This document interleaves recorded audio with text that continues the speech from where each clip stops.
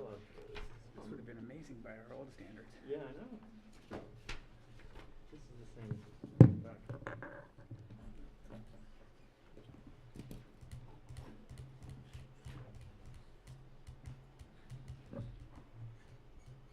Welcome back, Mr. City Attorney. Oh, thank you. Thank you. I missed an exciting meeting. You're always exciting. Good evening. I would like to call to order the Planning Commission meeting of Thursday, June 16.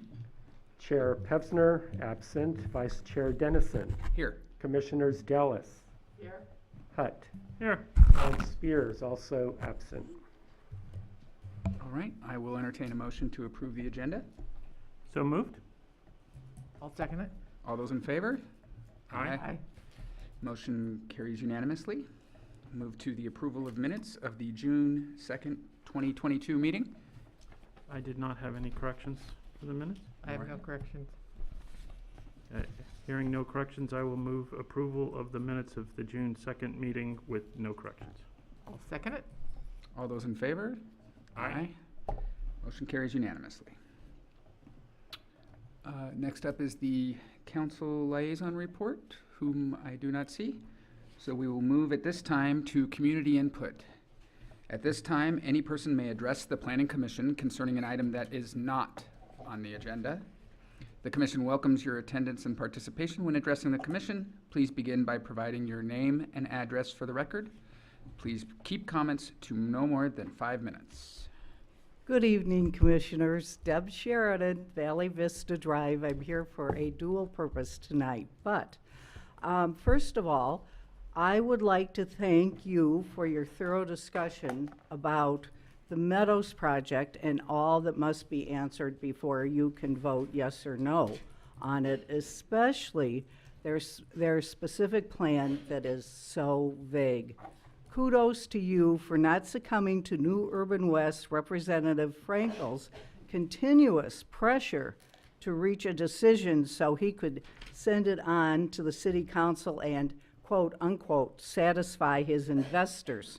I'm sure you are aware by now that the petition to place the monastery property into the hillside management zone, like every other large property north of Grandview, was certified. 1,496 signatures were collected with 1,300 validated. Only 853 were needed. These signatures came from all parts of Sierra Madre. Nearly every street was represented, and it was accomplished in 1.5 months ahead of the deadline. I am speaking to you tonight, speaking before you once again, because you need to be aware of the City Council's options. Number 1 is adopt the initiative ordinance without alteration. 2, submit the initiative without alteration at the November 8th, 2022 general election. 3, call for a special election before November 8th. 4, direct the city attorney to prepare a report pursuant to Elections Code 9212. I am disturbed by the fact that once again, City Council took literally no time to discuss these options. Then they voted for number 4. This came after about 12 pro-development speakers, many of them monastery board members, threatened a lawsuit. Please don't be bullied. You had asked New Urban West for some examples of their developments. Not New Urban West, but cities with the same issues as Sierra Madre going against their general plan, building in high fire zones with developer paid for biased consultants who certify no impact.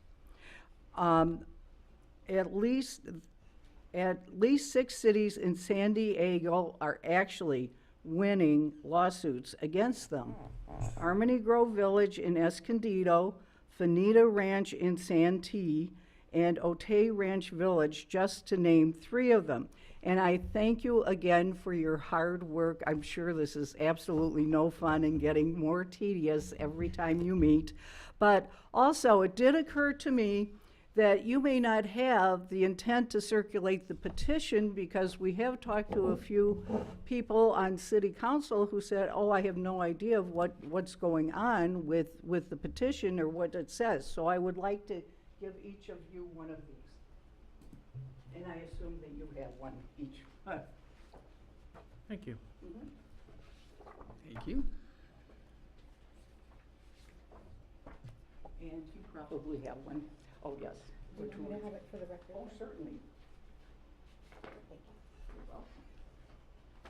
Thank you. Is there anybody else who would like to speak on a topic that is not on the agenda tonight?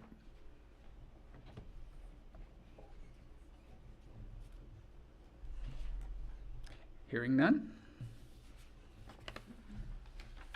We will move on to the public hearing.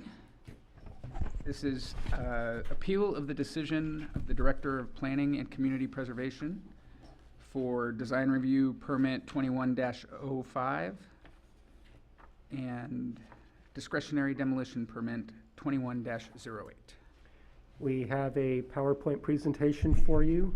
Associate Planner Wolf will make the presentation. Good evening, Commissioners. Tonight the Commission will be reviewing the project at 346 Foothill Avenue. It was a design review permit and a discretionary demolition permit, the decision on which has been appealed. So just a little bit of background. Early on, the director or his or her designee has the authority of decision on applications for design review permits. That's per ordinance number 1434, adopted in 2020.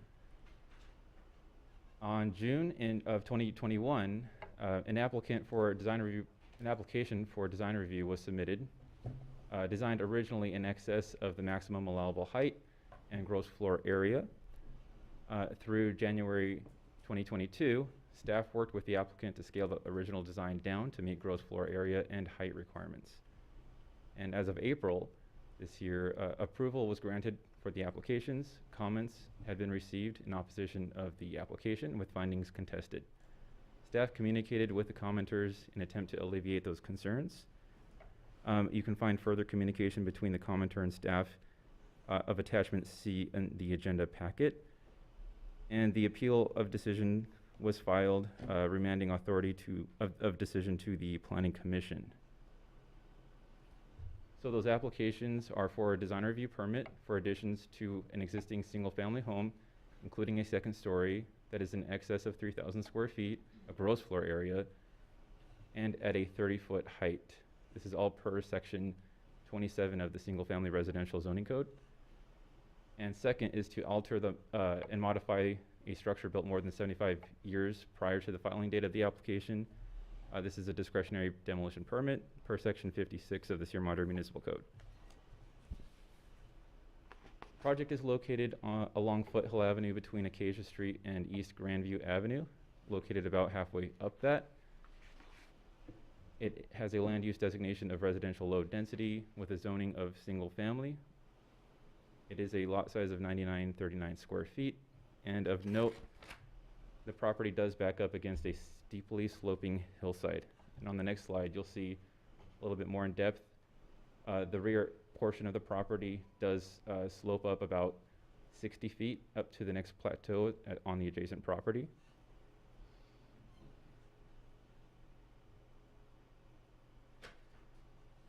And here are some photos. From the top left is the front of the structure, moving right at the rear of the structure, of the main structure. On the bottom left here is a close as possible depiction of the side and of the other side of the driveway.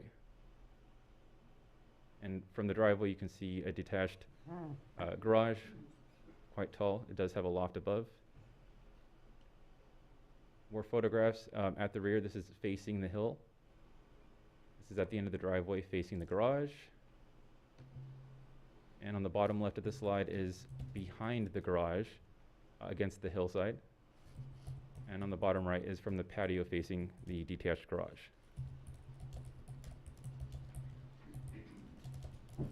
So just a summary of the project data. Really, the project currently complies with all zoning requirements, but of note, the design proposes a height of 30 feet, which may be allowed with approval of a design review permit, as pursuant to paragraph A of section 27 of the single-family code. The proposed gross floor area of 3222 square feet does not include the ADU of approximately 600 square feet, which shall be permitted as it meets the criteria for exemption pursuant to subdivision E of Government Code 65852.2. This is the accessory dwelling units code, state law. And also of note, for the side yard setback, the addition jogs inward by 6 inches to meet a 5-foot setback. So the original is a non-conforming existing 4'6".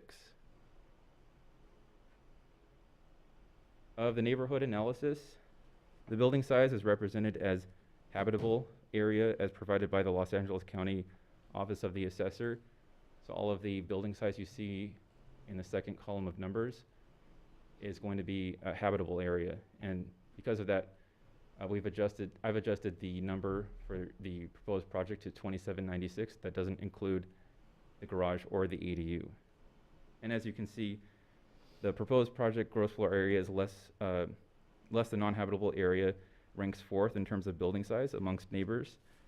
It is below the average of the top 1/3, and it is only slightly above the median of the top 1/3.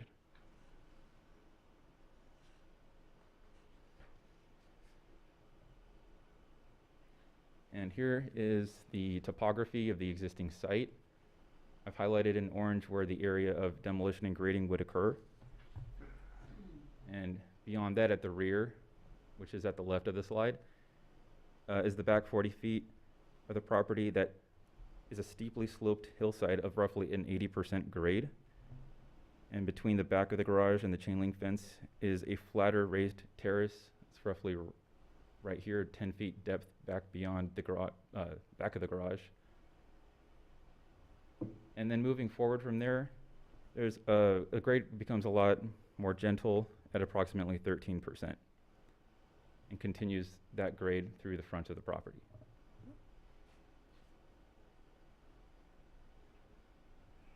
Here's a demolition plan. I've highlighted where the areas of demolition would occur, and this is of the rear. This retains most of the front, and what would be demolished is the existing kitchen, pantry, and master bedroom and bathroom. It would save the fireplace and chimney, living room, front bedroom, and a bathroom. And here is the proposed site plan, where I've highlighted in green where the additions would occur. I've also provided a table of where those additions are, given a total and breakout of floor area. So the existing is at 1446 square feet. It's not highlighted. The ground floor addition at 739 square feet. Second floor addition and new attached garage are highlighted and on the left of the column. Those are all counted towards gross floor area per single family code. On the right side of the table is the new attached ADU at 558 square feet and a new basement at 624 square feet, all meeting criteria for exemption from gross floor area calculation. Also, what you can see is that the front yard setback is at 42 feet 3 inches. And of note, the setback of the second floor is approximately equal, about 40 feet from the front face of the building at the ground floor.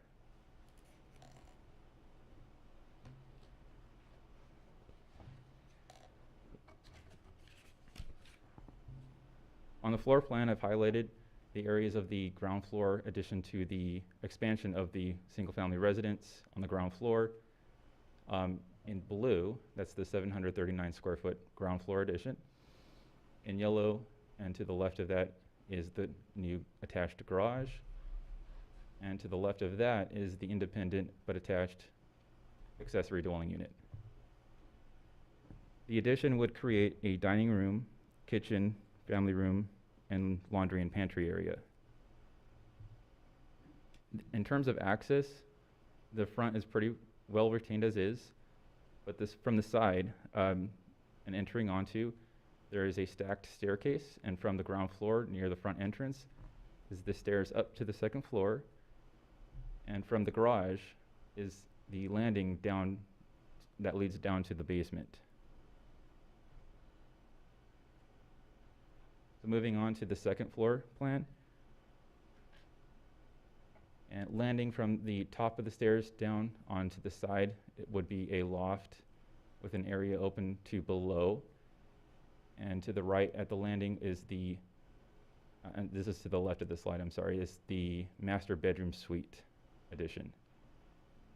But from the top landing of that stairs and hooking a left, visually that's right-hand side, is another stair up to a rooftop deck, and I've demonstrated that rooftop access detail here on the lower left of the slide.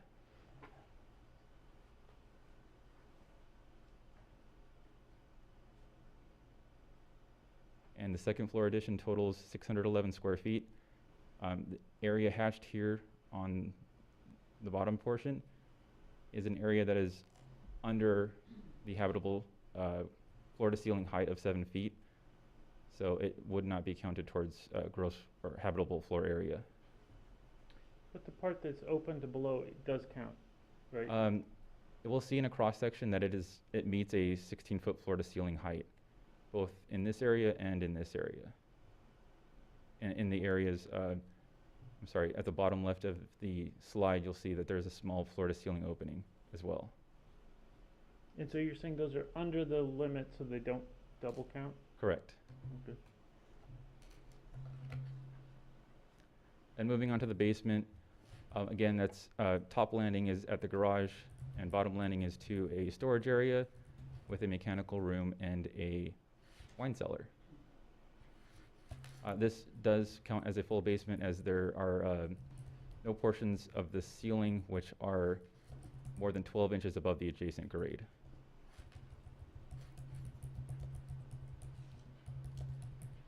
Okay, moving on to the section elevations, kind of highlighted in areas thematic to have highlighted earlier where the uses are in this building. The blue being the expansions to the home, yellow being the garage, and purple being the accessory dwelling unit. On the top of this slide, we have a longitudinal section with essentially what you're looking at is the western half removed, so you're looking at the eastern half.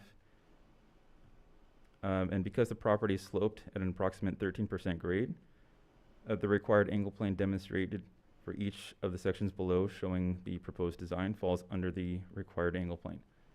And on slide, you can see that demonstrated with the red angle plane line on each of those cross sections.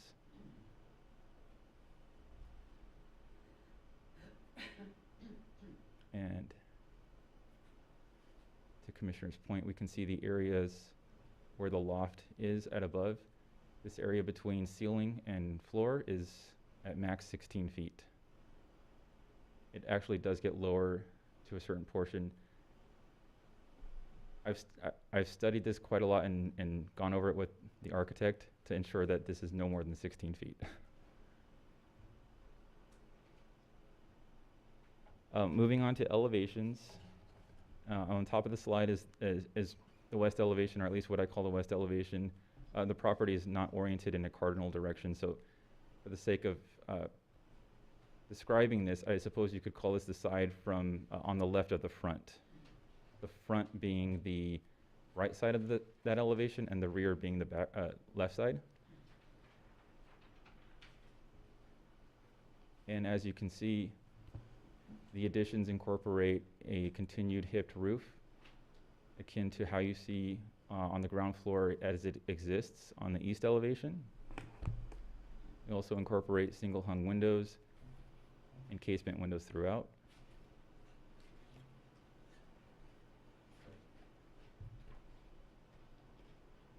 In addition to that, you can also see a continuation of brick cladding along and all throughout the addition, as well as incorporation of high-pitched roofs to meet Tudor style, half timber treatment to the wall faces on the side, as well as we'll see on the next slide, the rear. On the left of the slide is the rear elevation. This would be looking towards the street from the back hillside. And on the right, you see the front elevation as seen from the street in an oblique perspective. Now I've highlighted again where the additions would go. In this case, you do not see the garage because it is obstructed really by the accessory dwelling unit. And on the front elevation, I've highlighted where the additions at the second floor would go. From this perspective, you could not see ground floor additions. And again, angle plane has been demonstrated to meet the requirement.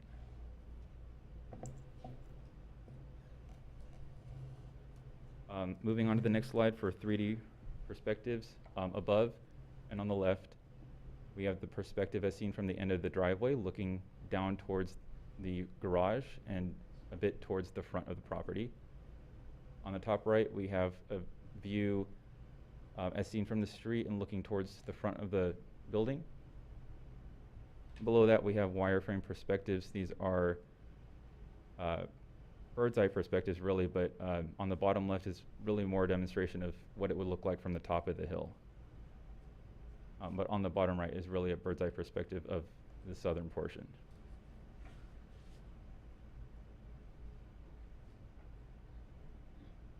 And moving on to the photo montage, this is as viewed from the street, slightly north of the property. You can see where the additions would occur here on the left.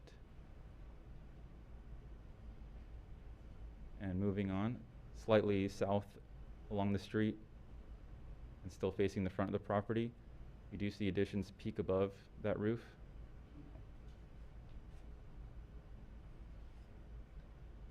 And straight on, but from a perspective, we can see the front of the house where the addition is just barely shown by this little peak.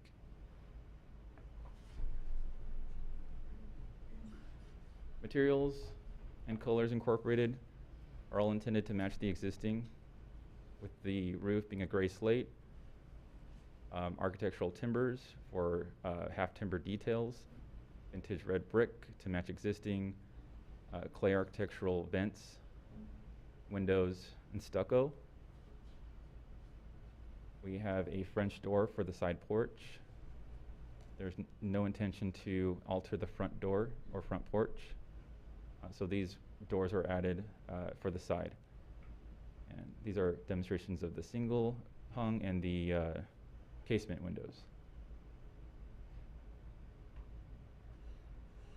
So in terms of findings, these findings are a summary of those included in the staff report and in the Planning Commission resolution. Those findings are the same as found in the original approval given on April 21st. First, that the proposed project remains a single family in use and meets all of the development requirements in accordance with the R1 single family residential zoning code. Second, that the proposed additions are sited primarily at the north, where adjacent properties further north are at higher elevations. Adjacent properties at the south of the subject are at lower elevations, thereby siting the addition in a location with the least potential interference of use, possession, and enjoyment upon neighbors. Third, proposed additions are compatible with the original Tudor architecture, where brick cladding, steeply pitched roofs, and half-timbered treatment of walls is used by reference to complement the original home. The second story volume is deeply stepped back from the front of the property, thereby having little to no dominance amongst the neighborhood.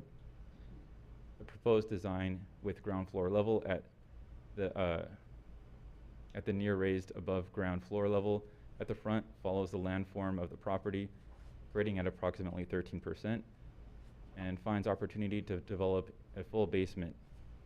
Massing of the second story is designed in such a way that the building envelope resembles the landform. Coherent project-wide design is demonstrated by the proposed elevations and rendering, where it is apparent details of the original Tudor style have been continued consistently on each elevation. The proposed design includes a height of 30 feet at a singular point and is necessary to achieve a full compatible and coherent Tudor style, as a steeply sloped pitch roof is a classic feature of the style. The proposed project is a custom design intended to expand the home and enhance the original Tudor style. The siding of the project is primarily located in the least graded portions of the property, extending toward the rear and against the base of the hillside, respecting and preserving privacy and views for neighbors and occupants. High-quality materials intended specifically to enhance the existing Tudor architectural style are used throughout the building, which will also be required to meet high-efficiency energy requirements. Moving on to findings for a discretionary demolition permit. First, that a historic resource evaluation report concluded that the property is not eligible for listing as a local historic landmark, and you can find that in staff report as attachment I. Demolition activities are intended for the purpose of expanding the home and do not change or alter the use of the land. Demolition will modify the exterior of the home and preserve a large portion of the front. Expansion will be consistent in design, material, and color to the original. The demolition of exterior walls is necessary to accommodate the expansion of the home's interior floor space. The demolition will not incur change of use on the property. The subject maintains use as a single-family residence, conforming with the development standards of the municipal code and goals and objectives of the general plan. Public interest, convenience, and necessity are met where demolition is required to expand the home to accommodate a family of average size, improve the land value, and by extent the value of homes within the neighborhood.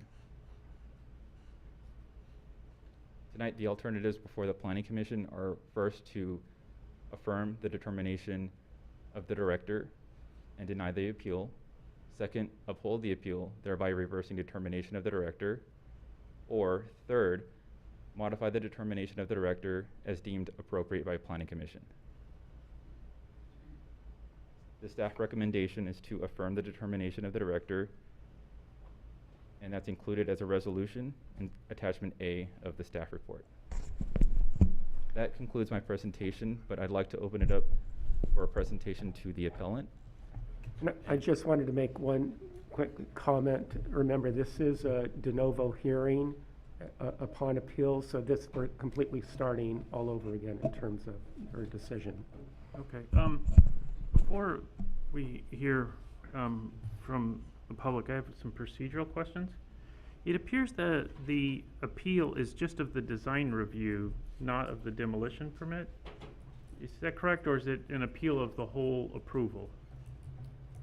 So the applications for design review permit and discretionary are married together, really.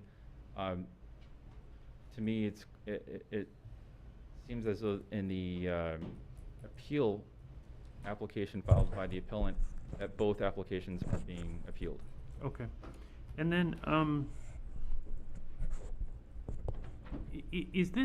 is the way we treat this as if it had come to us, you said it's de novo, as if we're just looking at it now? So, like, let's just say we're okay with the project generally, but we want to modify one part, right? Do we modify that, or do we say we don't think it works because of X and we send it back to the director to work on that? At this point, the commission holds responsibility to make any modifications desired. And no deference is due to the prior decision. Okay.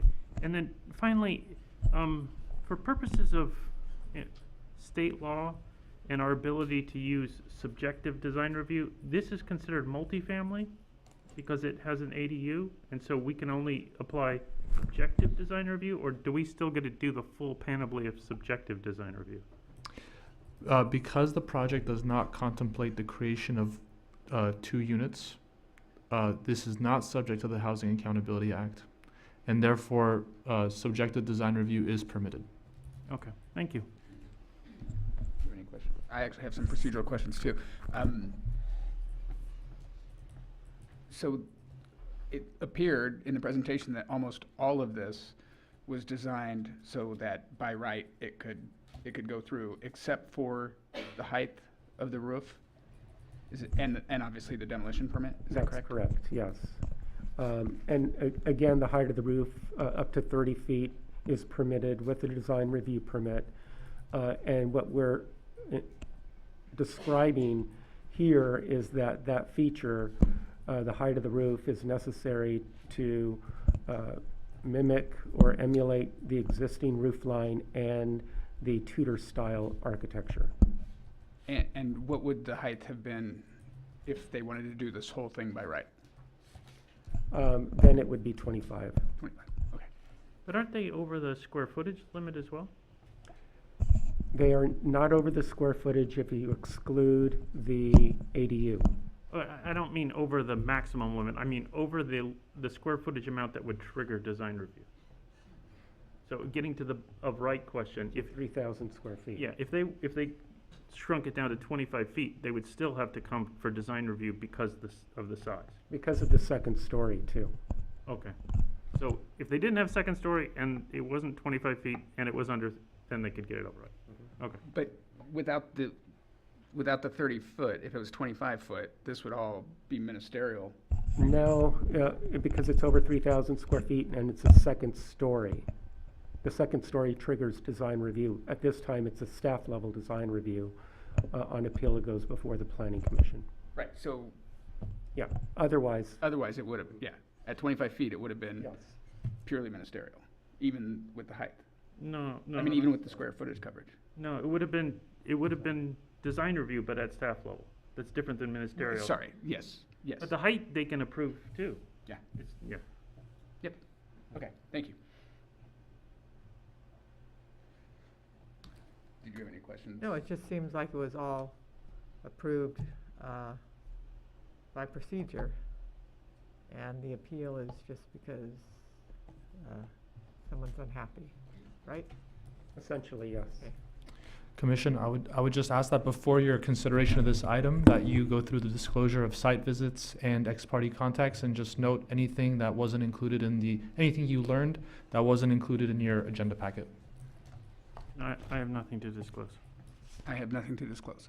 I visited the site yesterday and talked with one of the owner's parents. Discussed my concern about the addition of the ADU clipping the toe of the slope, which is geotechnical concern. It can trigger a landslide. So I asked if they had gotten a soils report, at which point Terrence gets the architect Ophelia from Cantor Architecture on the line, and she says she's in the middle of that process. Yeah, the soils report would be reviewed along with any LID requirements during the construction drawing phase. Okay. So it's not a planning issue? No. Okay. I'm going to turn the microphone over to appellant Mr. Colin Barr. Good evening, Commission. You know what, I think my voice is loud enough where I don't need it. It's for Yeah. Oh, okay. Yeah, when people watch at home, they won't be able to hear you if they don't have the microphone. All right, I prepared an appeal notebook for each of you, and I'd like to give it to you. It's going to run in conjunction with some of the slides I intend to produce. May I approach? Okay. This is free. That's for the record, okay? And this is for each of the commissioners. Is that okay? Thank you very much. And Mr. City Attorney, would you like, or here's an extra. Sure. Thank you. Thank you. So, my name's Colin Barr, and my wife Megan and I have lived in the community, I think, 23 years now. And we started out right down the street here in a rental on Sierra Madre Boulevard. And then, lo and behold, our first house that we bought was 346 Foothill Avenue. So I know the property real well. We love the house. We lived there 10 years. It's an adorable, I always tell people that I think it's the cutest house in Sierra Madre. And even though I don't live in it and I sold it, I still think it's the cutest house in Sierra Madre. But after 10 years, my wife and I, we thought that we should get something a little bit bigger. So we moved up to Valley Vista, which is right above the property. And we sold the house. We love Sierra Madre. We'll probably be here for our entire lives. I've never filed an appeal. I've never been before the commission, and I've never been before the city council before. But I will say this, I am a lawyer, but I'm not a lawyer who appeals to planning commissions. So I hope you'll bear with me a little bit, because I'm, you know, everybody specializes in something, and this is not my specialty, but I'm going to give it a good go for you guys. A few months ago, got the infamous blue postcard, and it said that there was going to be construction at the house at 346 where we used to live. Of course, since it was the house we used to live in, it piqued my interest, and I went online and I looked at the application. Josh, could you bring up the next?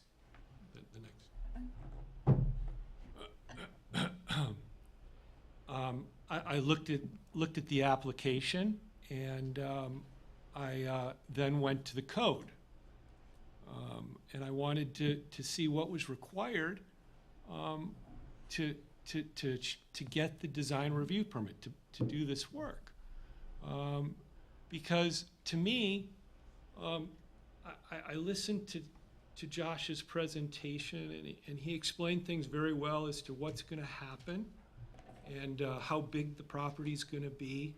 And to me, the property was way too big for the lot, because I live there. It's going to take up the entire lot. The house is 1,446 square feet, and now it's going to be 3,222 plus an ADU of almost 600. It's almost going to be triple. So I went to the code, and it says here, this is what you got to prove. This is what you got to show to build, to do this project. First, you have to look at the purpose, and the purpose is to make sure at the end that the project is compatible with the neighborhood and the natural surroundings. That's why this section was enacted. Forget, you know, the angles and whether or not, you know, the height is 16.8 or 16.9. This is a little bit more of a subjective decision by you, the planning commission, and the planning department. But the most important thing is, and I'm sure you guys know this, I'm just kind of introducing to my argument here, is that the findings, there's 8 of them. And if you could go down a little bit, Josh, you know, the most important ones here that we're going to talk about tonight is number 3, that the height, scale, and mass of the project is compatible with the neighborhood, and that it reflects, number 4, it reflects the scale of the neighborhood for which it is proposed. Then number 5 is privacy, and then it also is that you want to go down to number 7, is that it complies with all the other code sections that might impact the construction. Go down a little bit more, Josh, please. But this one's really important, and I want you guys to make sure you remember this one, because we're going to talk a little bit about the applicability to other standards. And what's really important is that this project wants the building to be 30 feet high, okay? That's not what it's supposed to be. It's supposed to be 25. But because the planning department and the architect believe that these gables, which I'm going to talk about these gables a lot, these gables are really important because they add about 9 feet to the project. Otherwise, it would be 21 feet. And if it's 21 feet, then we don't have so much of a problem. So, but that impacts another code section, this raising the height to 30 feet. And it says rather, when it talks about affecting other standards, it is meant to impose significant, separate, and additional burdens on proposed projects, with understanding that in many cases, such burdens may call for significantly reduced development intensity than is allowed otherwise under the title. Okay, so keep that in mind, because I'm going to make a couple points about a lot of points about the height of the building.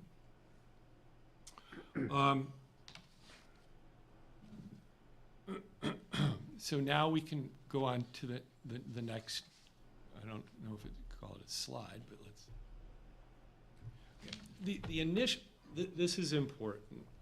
The initial reason I appealed, and you probably, if you look through the materials tonight, was that the application form was defective. I mean, when you look at the code section in section D, it says before an administrative design review permit or a design review permit is granted, the application shall show to the reasonable satisfaction of you all that all those eight requirements are met.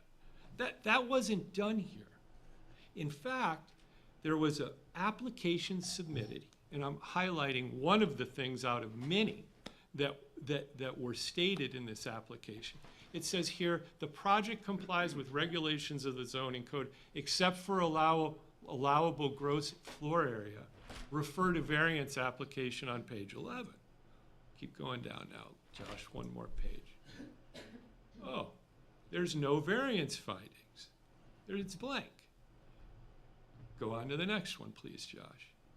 The next one, it's hard to read, but it talks about the site, the project being 3,762 square feet. Well, we all know that can't be, but that's what the application says. That's not right. And I, as a layperson, I'm not an architect, I read that to mean that this is not permitted. Another reason why I appealed. So keep going, Josh. Let's go to the next one. And right here, this is the affidavit by the owner, not signed, not dated, nothing. Next one. So I wrote to the Planning Commission, and I said, you know, I have a real problem with this application because clearly, if you read the application on from face value, it doesn't comply with Section D. No way. Go down a little bit more, please, Josh. And what the planning department wrote back to me is, Mr. Barr, in general, while the information on this application is no longer applicable, it only serves as evidence that an application was submitted. Well, terrific. In other words, I'm supposed to just have faith in the planning department that all the sections are met. And this is a big project. This is 3,800 square feet. But I'm being told that the application no longer applies and that I'm just supposed to have faith in the planning department that they're going to protect the rights of the citizen, of all of us. Keep going down, Josh, please. And then, at the very end, staff admits that it recognizes the confusion induced by the conflicting information provided within the originally submitted project. However, please understand that the application is intended to be used for reference. Well, that's not what Section D says. And evidence that an application was formally submitted for processing by the city. Well, is that what the municipal code says? No. So, keep going to the next one, please, Josh. Okay. So before I get into the first violation, I just want to conclude my concerns about the application. The application is undated. It's not signed by the applicant, and it contains completely different material and information than we're being told today in this presentation, and that supposedly is an amalgamation of all the information that is in Mr. Wolf's head that we're now supposed to believe. Which I've talked to Mr. Wolf. He seems like he knows his stuff, but let's comply with the code. Let's hear let's see this. Let's see why this thing should be approved.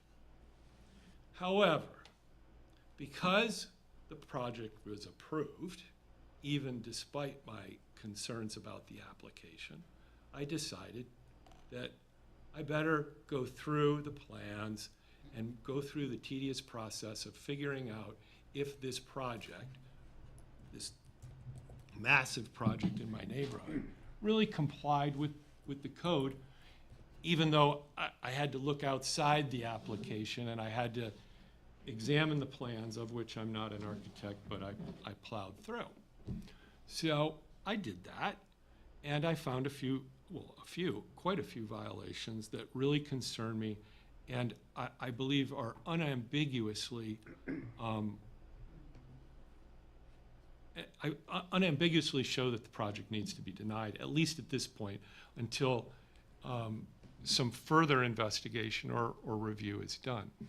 The first one is that the height and scale and mass of the project is incompatible with the neighborhood, and that the project does not reflect the scale of the neighborhood.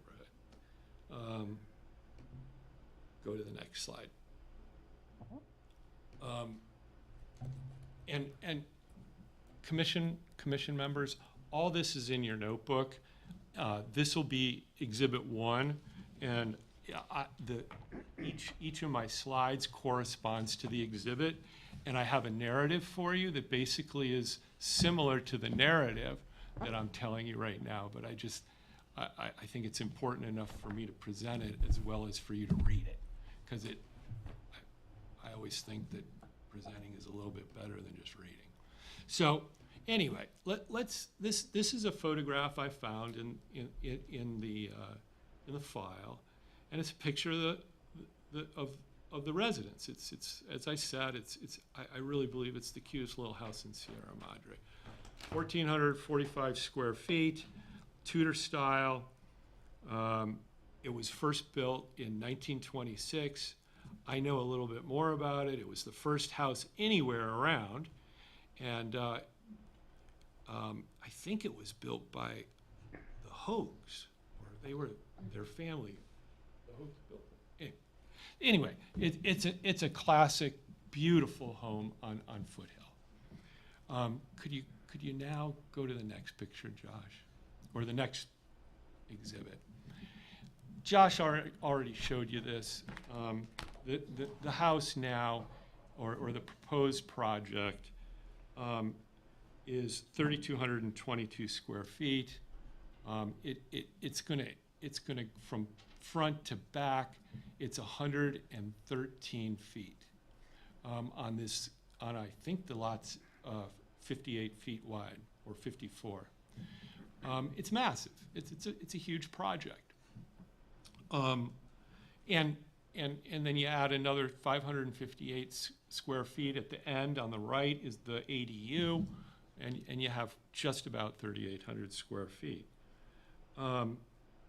It's really 2.5 size the size of the current resident. Can you go to the next one, Josh? Oh, here's the project data, which I found on the first or second page of the plans, where it lays out the square footage of the existing and the new structure. Next one. So,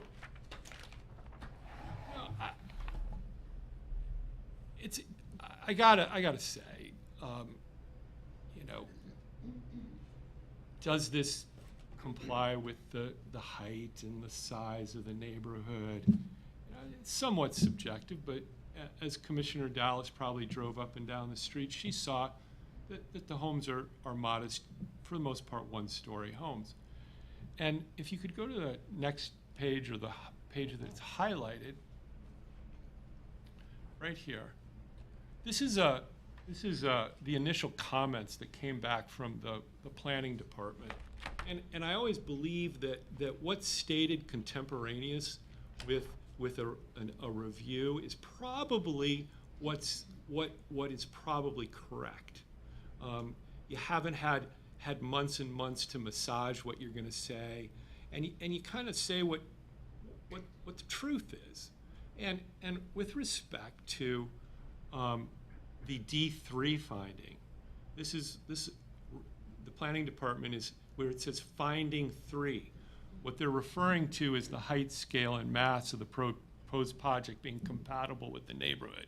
It says here, however, from what I am observing using Google Earth, Street View link, many adjacent properties are single-story with roofs low in profile, massing minimized by large roof planes shutting toward the front.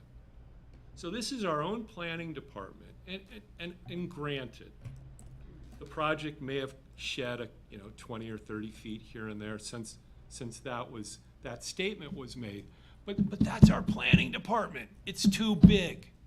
Look at Google Earth. They're all one-story houses. All right, next one, Josh, please. And they're perfect. And so, consistent with the Google Earth view, I went out and I took pictures of some of our old neighbors' houses. And right next door on the right, that's 336. Can you go down a little bit, Josh? I think it's about the same square footage. Yeah, there. Oh no, up. Yeah, it's 1446. Go down a little bit, or up. Sorry, the other way. Back to the. How high do you think the roof line of that is? 15 feet. Let's be generous. 16 feet. 16 feet, 1,445 square foot. Right next door. Next one, Josh, please. Okay, this one is on the left. This is Cheryl's old house, but she passed away, and I don't know the new owners, but they're very nice. That house is 14. Can you go down? 1,484 square feet, single story. Next one, Josh. Here's the neighbor across the street. Same general type of house, for 1,800 square feet. Keep going. And here's 2 doors up, another one very similar size. I put it down there, 1,700. So what you see here in the area are single-story homes, all similar in height. There are 1 or 2 outlying homes with second stories, but I checked into that. I was, because if I was the applicant, I would say, geez, well, there's a couple in the neighborhood that are 2 stories. Well, one, they can be distinguished, but second, those additions, I researched it. I'm pretty sure they were put on before Section D was enacted, and if Section D had been in place, those houses wouldn't have been permitted to do that. So anyway, but generally speaking, the houses in the area are very similar to the one you're looking at right now. Next one, please. So this is this is the neighborhood analysis that was completed, which, this might be for another night, but I really believe that when the planning department is approving a discretionary permit for construction, they should address the bad evidence and the good evidence.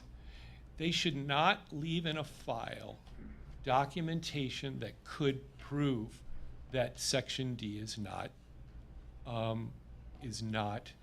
met.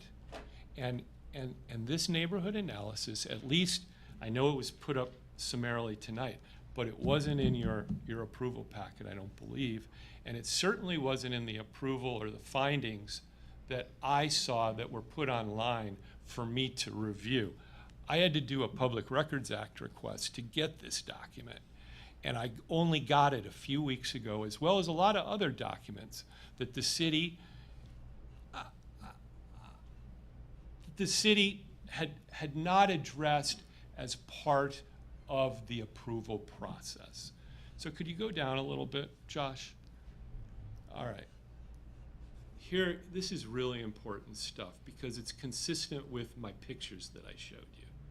The median value or the median square footage of the homes in the area, in this little circle that they drew, is 1,847 square foot. The average is 2,066. Their place is going to be 3,277. You can do the math. I put it in my brief to you. Actually, I shouldn't be talking like the lawyer. I put it in my appeal to you. And I highlighted it, I believe. And whoa, I took off the highlight. It says the average square foot of appellant's proposed structure is 63% greater than the other homes in the neighborhood. The neighborhood analysis excluded the 558 square feet for the ADU, which if it was included, would make the proposed structure over 100% greater than the other homes in the neighborhood. And I understand the ADU is excluded, but when you're considering a Section D analysis, I think you can look at the overall size of the structure, including the ADU. It's massive.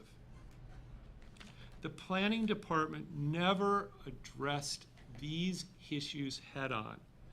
The observations on the compatibility of the proposed project to the neighborhood and the neighborhood analysis demonstrate a failure to comply with Section D, and specifically Section D3 and D4. And possibly a couple more, but those are the two main ones. All right, next slide, Josh, please.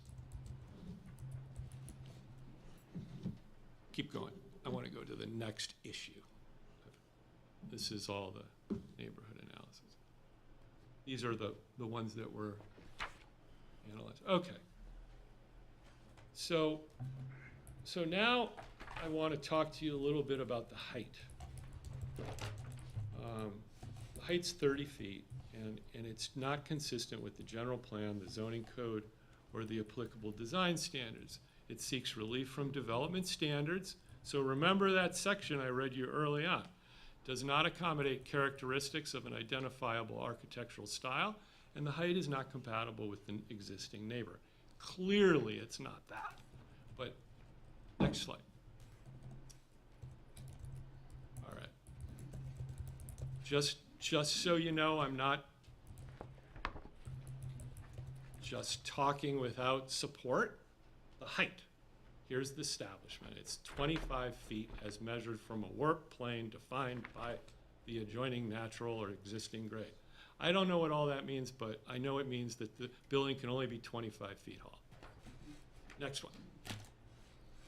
However, we get a 5-foot accommodation here under this particular exception. It says houses requiring additional height to accommodate, now this is where we're going to really focus in on, an architectural feature, such as a roof, okay, that is characteristic of the style of architecture that is used for the house or for other particular design purposes. Then you get your 30 feet, possibly. But then you still have to consider whether or not it complies with D2 or D3 and D4. So anyway, let's go on, Josh, to the next one, please. So, keep going down here to so in Mr. Wolf's approval letter, this is what he had to say about the height. The height and design is necessary to accommodate a minimal interior ceiling height as programmed by the floor plan to allow for the use of an open roof deck above the ground level. Well, I kind of get that, but that's some good architect speak, I think, because that's really, I gotta say, I'm a lawyer, and that's a pretty good sentence. So,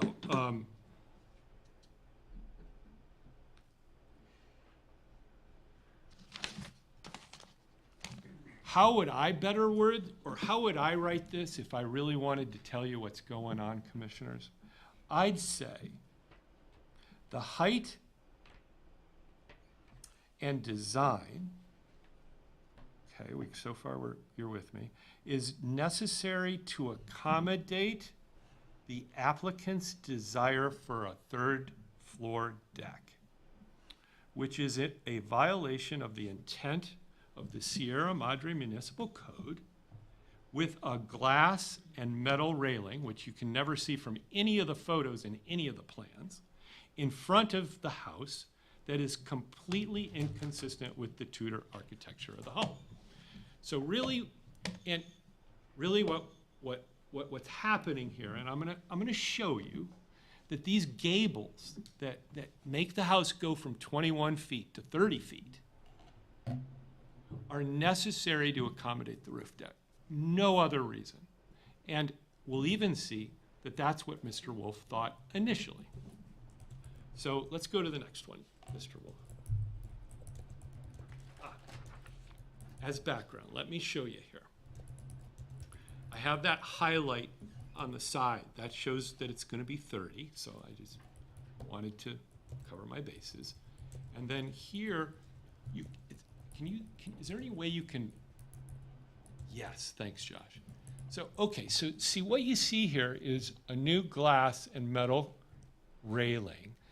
And see there where that gable is? There's a door. And really what you're getting is a third floor, which we all know you can't say third floor to the Planning Commission because third floor, no, no, no. And I'm going to talk more about the third floor later. But what you have here is a third floor roof deck.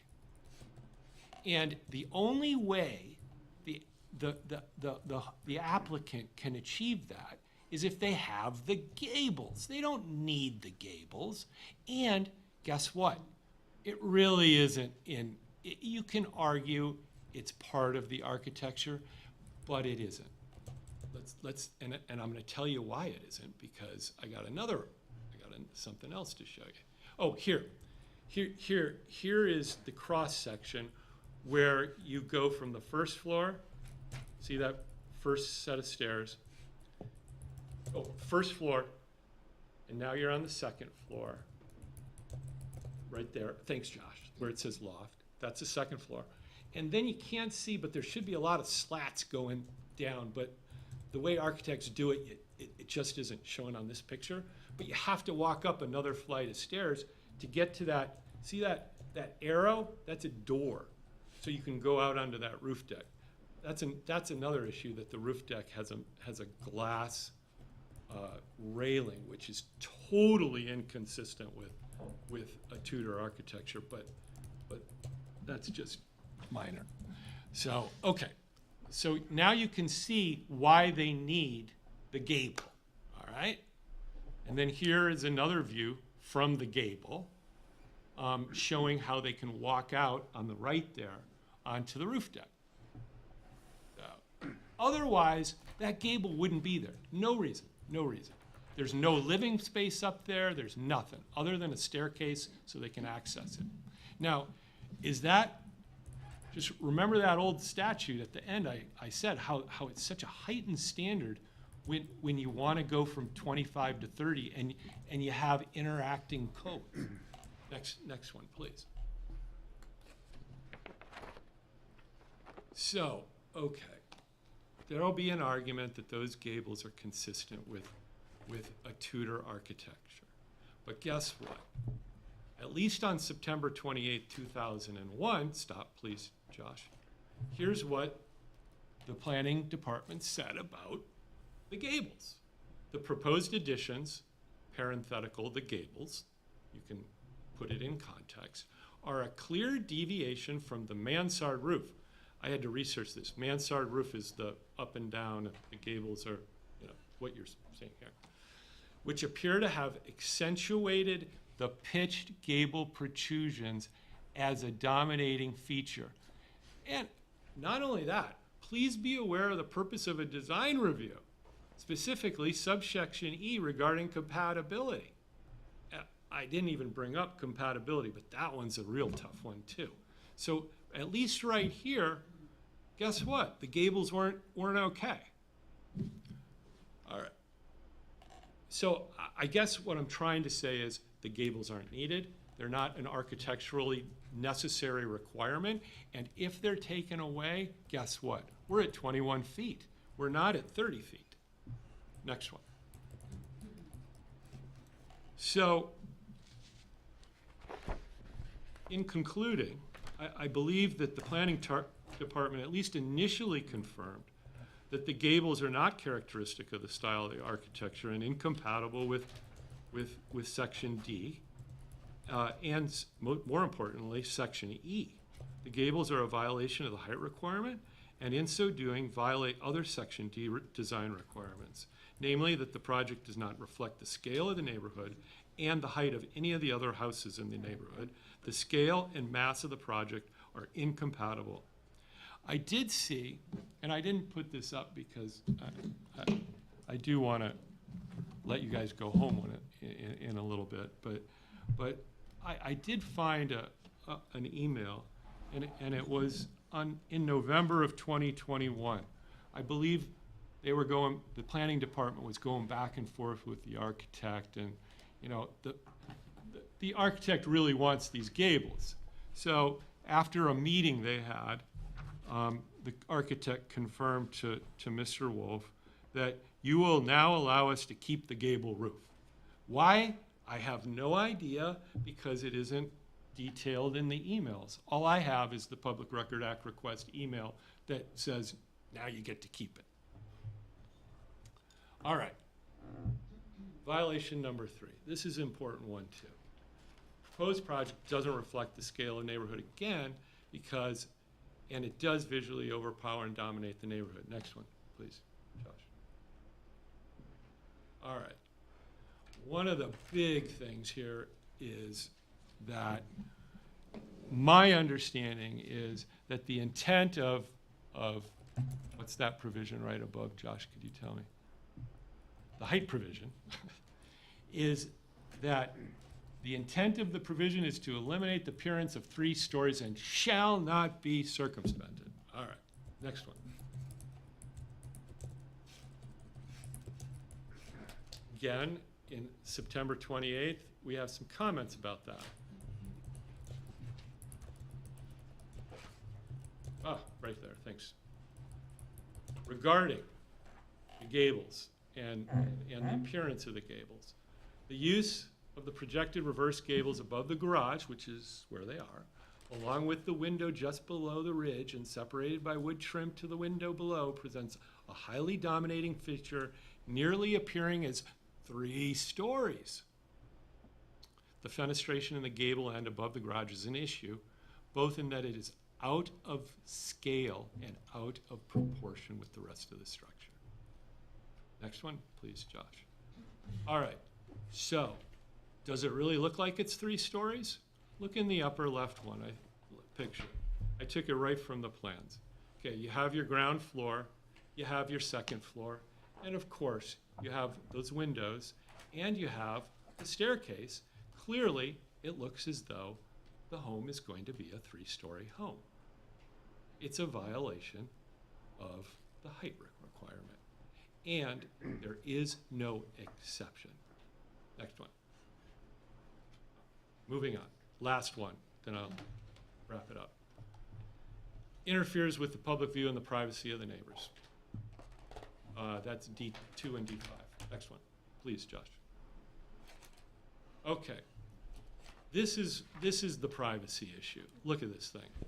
Look at this boat. This is looking from the north, and this is, if you were the neighbor, this is what you'd be looking at as you were walking out your door every day. You have a 113 foot long building, and forgive me if it's 110 or 114, I'm sorry, but I think it's 113. And look at the second story.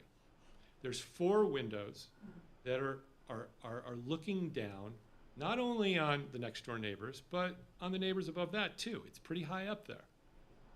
Next one, please, Josh. I don't have anything there. Okay. Okay, last time I refer to your letter, Josh.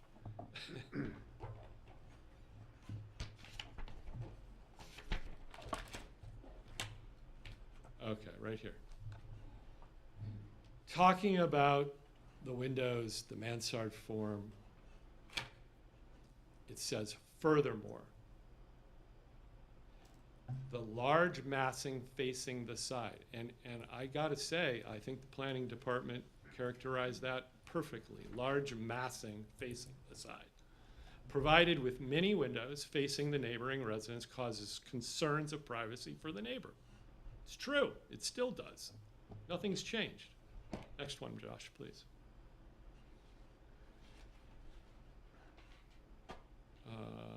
I highlighted something. Okay, here. So, how do we get this one out, through the approval process? Right here, where windows and other openings could not otherwise avoid a potential impact on privacy, tall planting is proposed along the side property lines to provide visual screening. Next one, Josh. Huh? Oh, could you go back down then to the plan? Doggone it. Oh, well, it's not the end of the world. Sorry about that. Right here. Okay, there. Up a little bit more. Okay, there we go. So there's going to be supposedly, although it's not put on the plans, which it should be, there's going to be some large, tall plantings that supposedly are going to protect the privacy of the other people in the community. Now, that property abuts the property line of the neighborhood.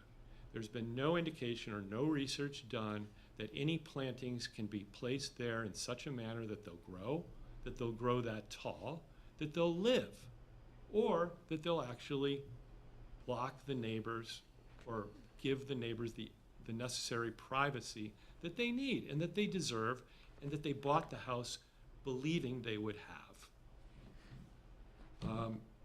So that's it. Those are my issues. Those are why I believe, and they clearly are violations of Section D. Clearly, in the least, the project needs to go back to the planning department and address these issues. The most important thing, commissioners, is that the project, it shouldn't be 30 feet high. It just shouldn't. It's a violation of Section D and Section F, or whichever one it is. And in the least, that is a start for this project that needs to be addressed, that really was overlooked by the planning department. Thank you very much. Are there any questions for the presenter? Oh, sorry. So just to understand, you're not necessarily opposed to the project overall. You just think the height is too much and the size. the balcony is intruding on people. So I mean, if it could be scaled down, you'd be okay with it. Well, everybody's entitled to do a construction project that falls within the requirements of Section D. And that if they meet those requirements, if I wanted to do, I have nothing against that. But this project is not appropriate and it doesn't meet the code requirements. And I live in the neighborhood. I've lived in that little area for 23 years. I love my neighborhood. But this thing is just, it's massive. And to think that there's a 30-foot high structure right down the street when I'll just say that it doesn't comply with the code in many ways. And it took me a lot to figure it out because it isn't contained, one, in the application, nowhere. The application is useless. And all I get was an approval letter. All I received is an approval letter basically saying everything is met. And, and then in my correspondence, you have faith, it's okay. Well, no. So as a concerned citizen, this is my first appeal. And, I think I wouldn't have done it unless I sincerely believe that this project needs more work. Thanks for the time. I'm sorry. I know everybody has families and they want to go home to them. And I actually have sat where your city attorney sits many times for school boards. I'm more of a school board attorney, and I know I'm just looking, waiting. I want to go home to my family. So I'm sorry about that, and thank you very much. Did you have any questions for him? No. Okay. Did staff have any responses to anything? We would like to provide a rebuttal to some of the comments made. Okay, go ahead.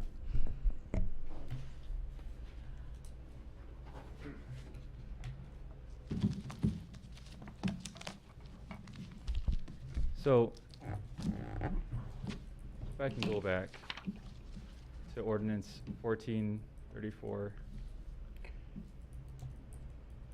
Certainly, when ordinance 1434 was adopted, it was expected that applications would be appealed to the Planning Commission's review and authority. But since that ordinance had passed, we haven't had an appeal until today. So that being said, it was a first time, really, for myself. But And me, Josh. Going back to the incomplete letters that were sent to the applicant on September 28th, 2021, all of those comments in that were based on a submittal provided to the planning department on June 11th, 2021. None of the plans that you see on the presentation tonight are part of that. And I do have that available for anyone to view right now if they'd like. Yes, the height did exceed 30 feet before, and it had a volume. This is no longer relevant.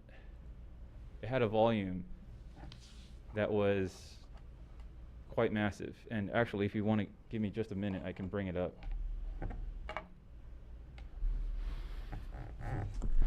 While Josh pulls up those documents, I wanted to provide some additional context.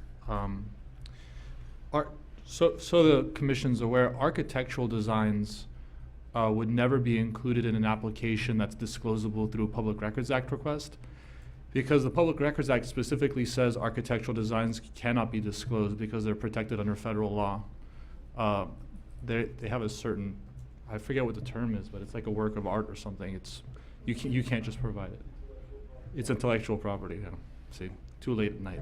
I'm sorry, Mr. City Attorney, could you repeat that, please? Oh, sure. I was only saying that an application will, whether posted online or produced via Public Records Act, will never include architectural drawings, because those architectural drawings aren't subject to the Public Records Act. There's a specific exception because the federal law treats them as intellectual property. So if someone were seeking those to make a determination based on the project, if someone, for example, wanted to see that in order to appeal, they could come to City Hall and they could view it, physically view it at City Hall, but we could never post it online, and we could never provide it via Public Records Act request. Just one additional point to clarify. Well, I never alleged that the original plans that were submitted, or I never made the statement that they should have been. The only thing I'm commenting on are the comments made in the September 28th letter. I don't deny that some of the things changed, but when you look at the end product, the comments are still relevant. That's all I'm saying. And just in general, all the comments that I had made in my September 28th letter were addressed. Therefore, having been addressed with the concerns I will point out, it met the subjective findings for design review. So to begin, from the front elevation, you can see that it does exceed the angle plane. That was an issue. It met the angle plane here. It was also quite massive as seen from this elevation. I thought this was a particularly dominating feature, especially to this elevation. So having addressed that, the applicant did reduce the ridge height, reducing this overall massing. It did keep these gable faces in proportion. We studied this and saw that they are in proportion to the front gable ends. Therefore, they are a consistent project-wide design there. Other places weren't that, such as this crossing gable here behind, which is this face here on the top left, the gable of the second floor. Also of note, there's no use of materials on this elevation. That was also an issue. It was addressed. And here you can see even bigger windows. The windows that you see today are a low header and a low sill. They're just used and necessary for lighting requirements per building code in a space, in a living space. My other concern was of the large casement window here and fixed window, which did offer quite a view towards the southern neighbor. But because there were concerns about natural lighting requirements in a living space, it was difficult to find a solution for privacy, so we agreed that vegetated screening would be required, tall vegetated screening, in addition to the reduced volume of this space.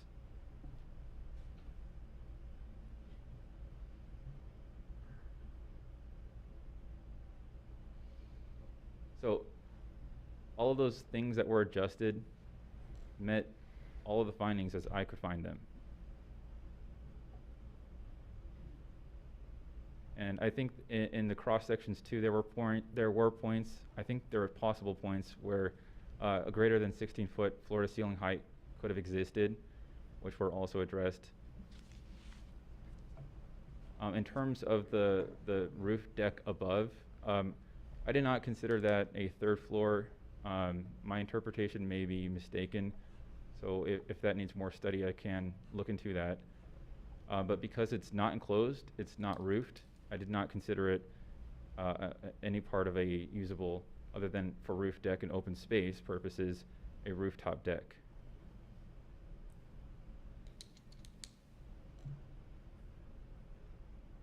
And a lot of work was done to lower the ceiling heights and really create a lot of small spaces. And here it's roughly, it's 5'2". So here you're seeing a header that is only at 4 feet. It's barely even eye level. And yes, you'd get a viewpoint looking down, but adjacent to that would be a higher elevation building pad along with a property line fence or wall for screening. And these size windows are consistent through the current project as proposed tonight. If I can fix that. And these are just some older renderings that had the jogged up massing at the rear that had been addressed.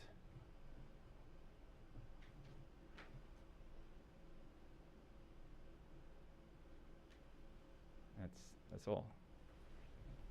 Great, thank you. So earlier you said that this is a de novo hearing starting from scratch. So is the applicant here to present as well? Yes, the applicant is here tonight. And I'm sorry, I had one more question for Mr. Barr that I forgot to ask. You talked about the design review findings, but you didn't say anything about the demolition permit. Are you okay with the demolition permit? It goes hand in hand.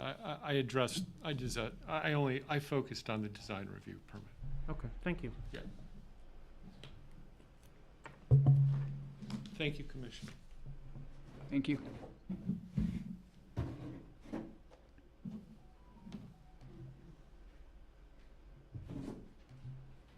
Sorry, got that out of order, but I forgot.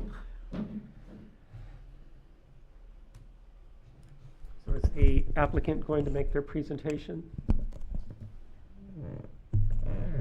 Or the architect?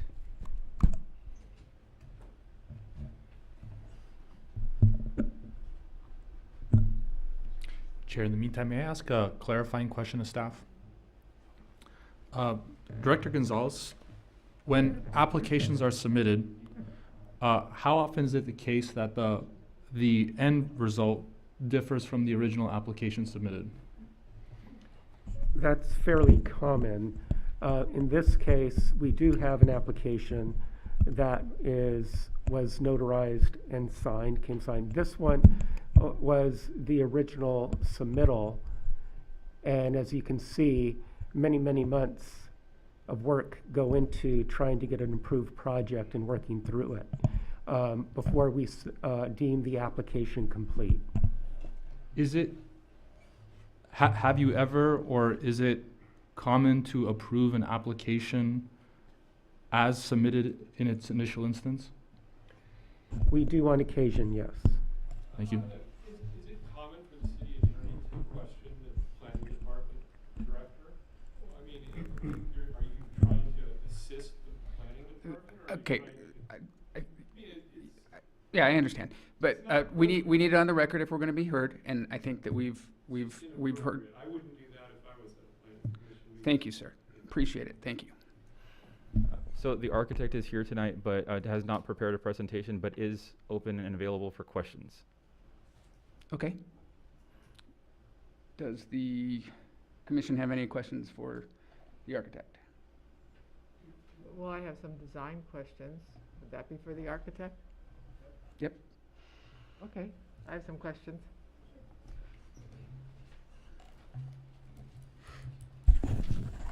Hi, my name is Ophelia Fialos, and I'm the architect for 346 Foothill. And I believe I spoke to you on the phone yesterday. Yes. The presentation by the Appellant. appellant, thank you, made me think about some of the design, and I have some questions about adjustments that might be made. For instance, that very long straight line of the west elevation, Mm-hmm. would it be possible to move the ADU to the east a little bit to break up, like 5 feet, to break up that, entire line? Get some articulation going? Yes, it is possible. However, we studied that. We studied the location of the ADU many, many times, and what happens because of the slope of the site, when you move it anywhere further south, the very back wall becomes very, very tall. So we had to keep it where it is located right now. So when you said south, that means to the right of the property, towards the right property line? I meant, it Downhill. seems like east. Downhill. Yeah, downhill. Yeah. Well, there's downhill towards the street, but it seems like there's a downhill towards the side property line too. To the neighbor to the south. Okay, you're calling that south, okay, Yeah, sorry. okay. On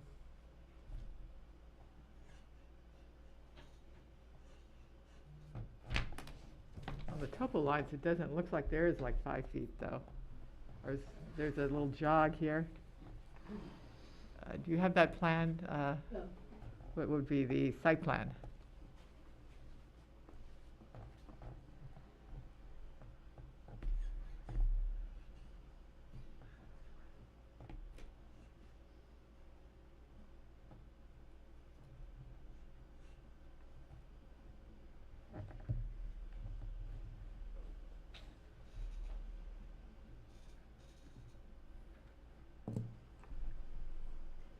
And the one that shows the addition, the ADU, would be, I think it's called,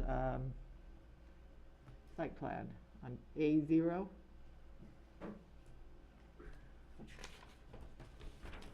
There it is. See the, sort of, it looks like you can go over 5 feet right there, yeah. I don't know if that line is, but, Right now, that line is shown as a retaining wall, uh-huh. but the slope is actually steeper in that area. That's why we kept it to the left side.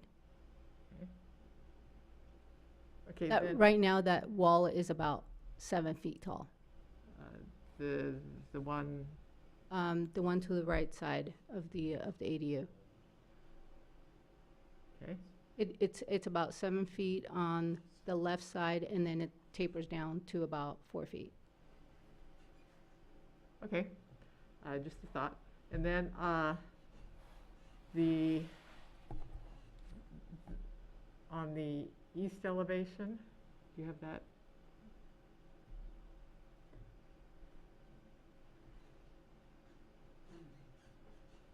Okay.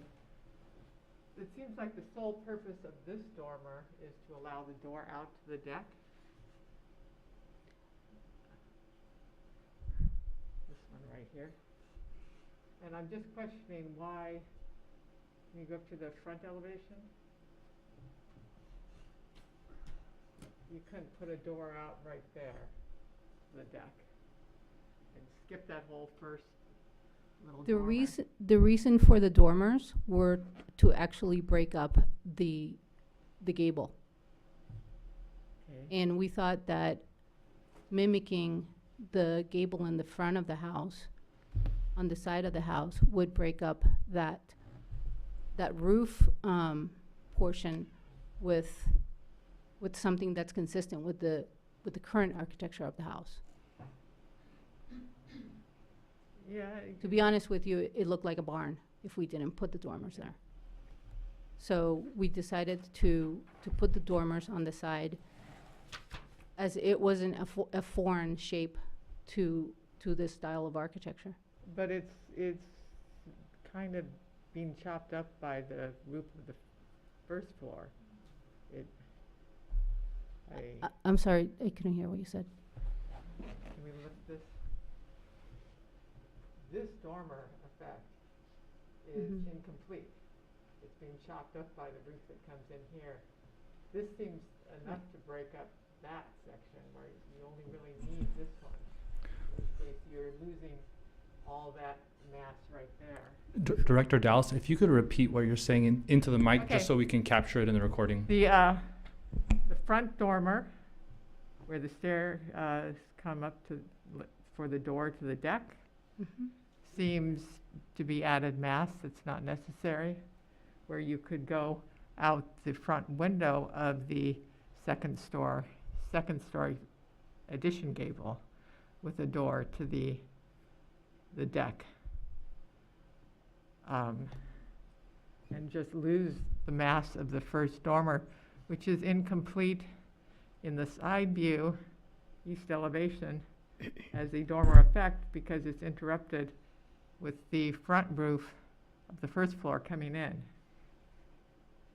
And then you could also lose a portion of that railing going back to it.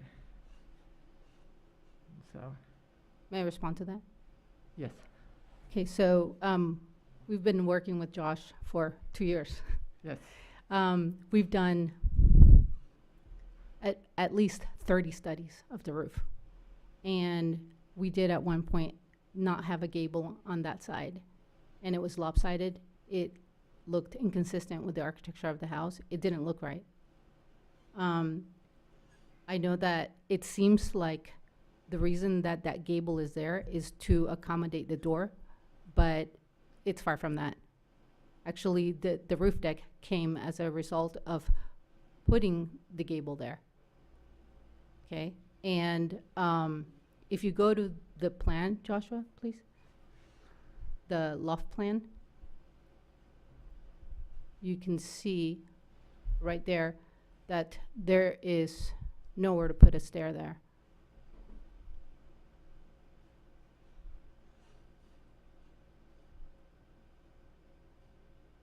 So you would hit your head if you put the stair where you're suggesting at that window on Not that where by window. the number 5, you would hit your head on the, as you're going up the steps, you would hit your head on the right hand side as you're going up. You could put the stairs directly in line with the window, north-south. Then we would have to make the loft bigger, and we are already maxed out on our square footage. Well, you could pull it back. Pull the front gable back to the point where you didn't max out the square footage.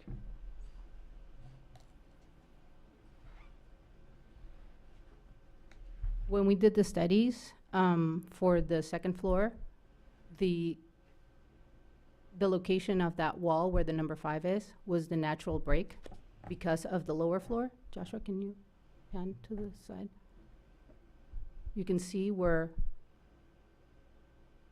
the old line of the house is. So that was the natural placement for that second floor wall.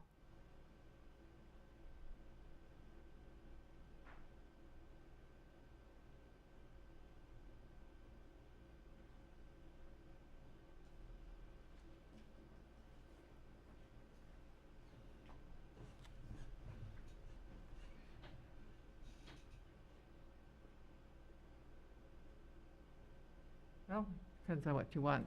I mean, it's a natural placement, but you've got a square footage problem. And Well, we so- don't have a square footage problem right now. Okay.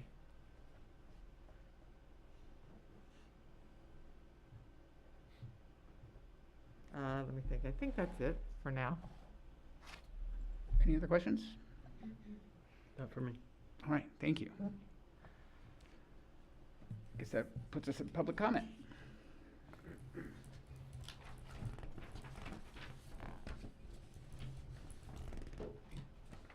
At this time, we will take public comment from anybody wishing to make comment on this agenda item. Please lead off with your name and address, if you will, for the record, and keep your comments to 5 minutes. Deb Sheridan, Valley Vista Drive, and I am one of the neighbors who's here tonight to discuss this, and I find this highly disturbing. I had not, believe it or not, I had not been paying that close attention to this. And now I find out that the architect wants to actually triple the square footage, and Mr. Barr is absolutely correct. It will not fit into the neighborhood. I actually live in one of the larger houses, and it'll be 1,300 square feet higher than my house. But this is the third time that this is happening in the neighborhood, where when you guys had the design review standards taken away, it's really, really hard to keep up. And I, for one, did not get, if we got a different first postcard about what was happening as I thought we were supposed to get. I certainly never got one. And I find it highly disturbing that this just goes before staff. As you know, I've been coming to city council meetings and planning commission meetings for many, many years, and I don't remember ever staff not approving, not giving a recommendation to approve this. But I would just like to second also that 30 feet high, yikes, that is far too high for the neighborhood and most of Sierra Madre. And thank you once again for listening. Thank you.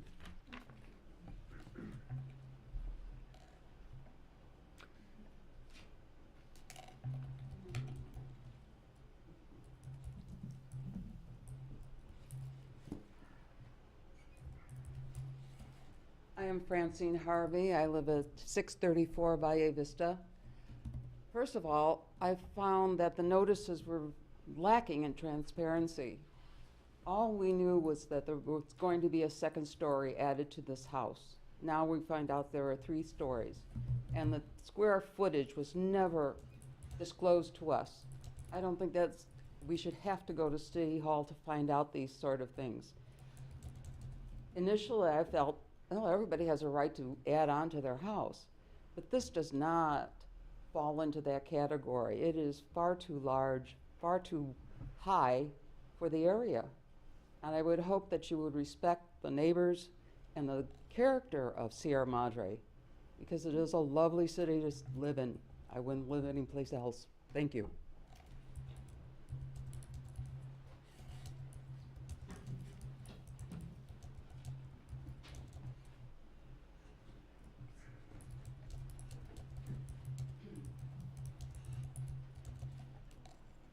Hello, my name is Lee Talmo. I live at 312 Foothill Avenue, just down the street, and I live in my family home for 65 years. We've had it, and I've watched the neighborhood evolve, and it's, your homes were not even there when we first lived there, and that was quite a step for the neighborhood. And then there were 2 houses that had second stories built on them, and that was a big deal.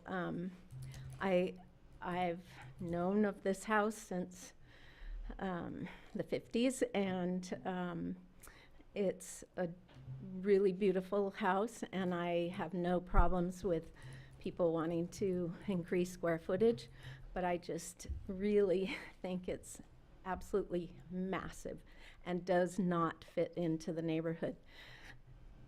Saying that the gable fits with the style of the house, maybe the shape does, but the size is way out of proportion for the whole house. And I almost feel like if you want that big of a house, get a bigger lot or get a bigger neighborhood. But anyway, that's my feeling. Thank you. I wish everybody well with it, and thank you for listening.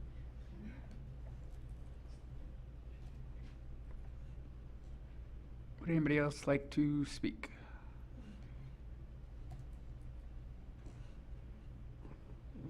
All right, then we will bring it back to the Planning Commission. Start? Yep. Why don't you start? Okay. Well, first, with regard to the discretionary demolition permit, I didn't hear the applicant, or I'm sorry, the appellant, lodge any violations against that. It seemed to me that the cultural heritage report that we had was fine, and I don't see any problems with the demolition permit, so I think we can pretty quickly move that aside.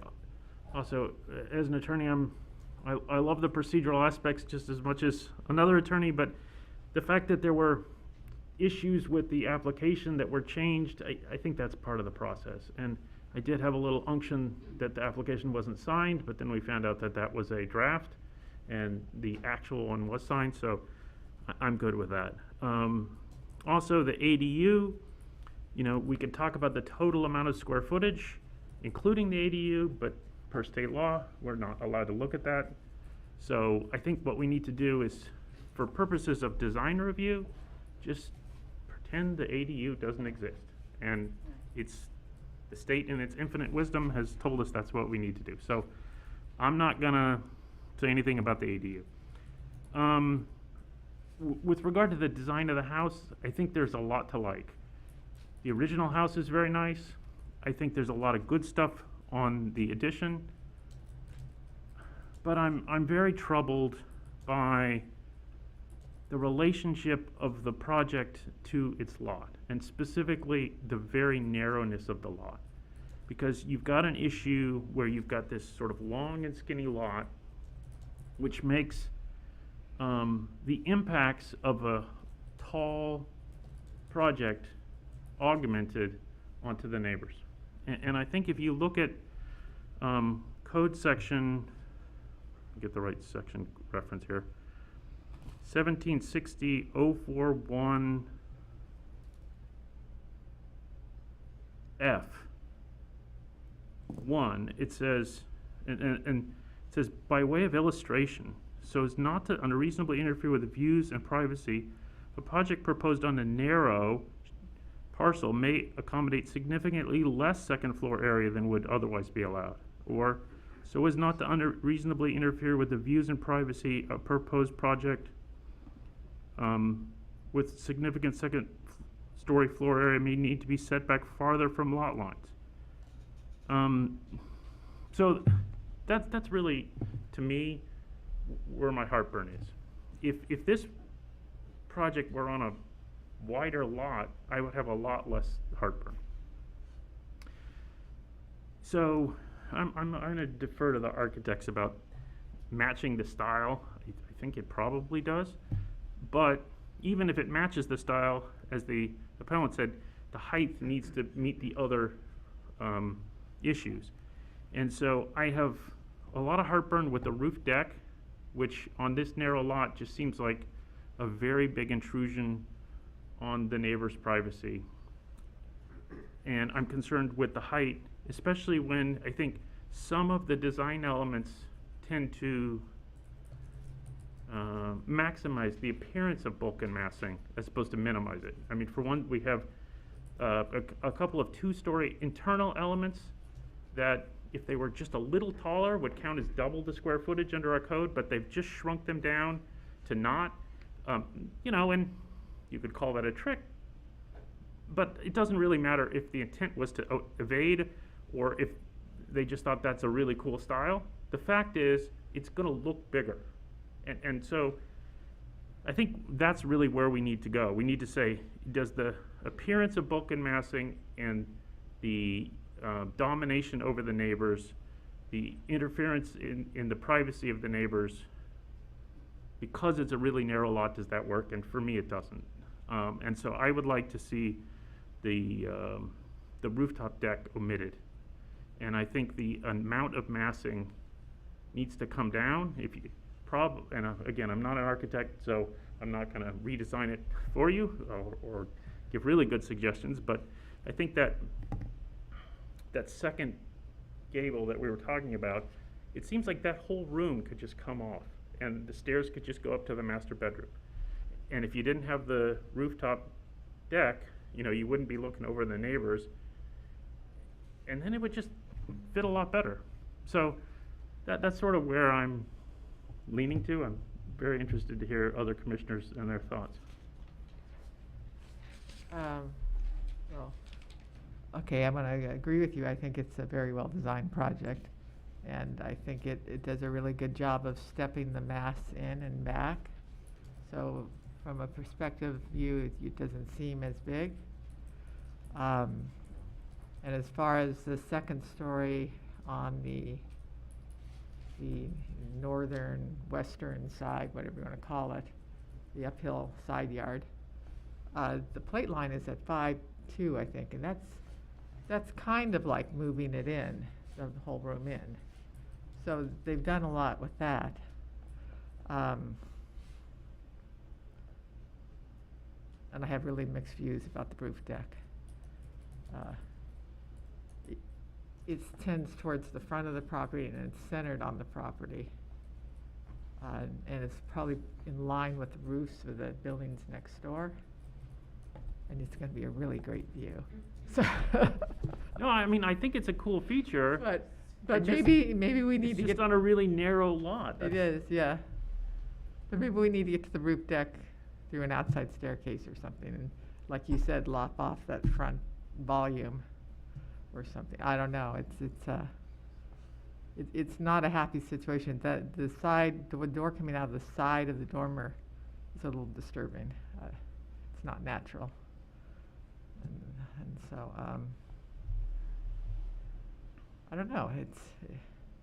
And it is very big, but it does fit within the numerics of how the code is written. So it means all the neighbors can do the same thing. And so if that's true, why stop this one if that's the way the code is written?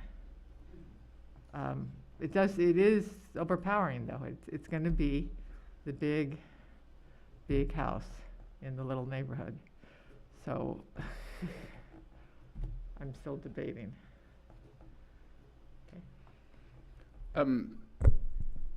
I echo your sentiments about the quality of the drawings. I think that there's some really smart drawing that went into this. I think that the code is not giving us much cover because it almost contradicts itself by saying that here's an exception so you can go to 30, and if you're on a narrow lot, don't go to 30.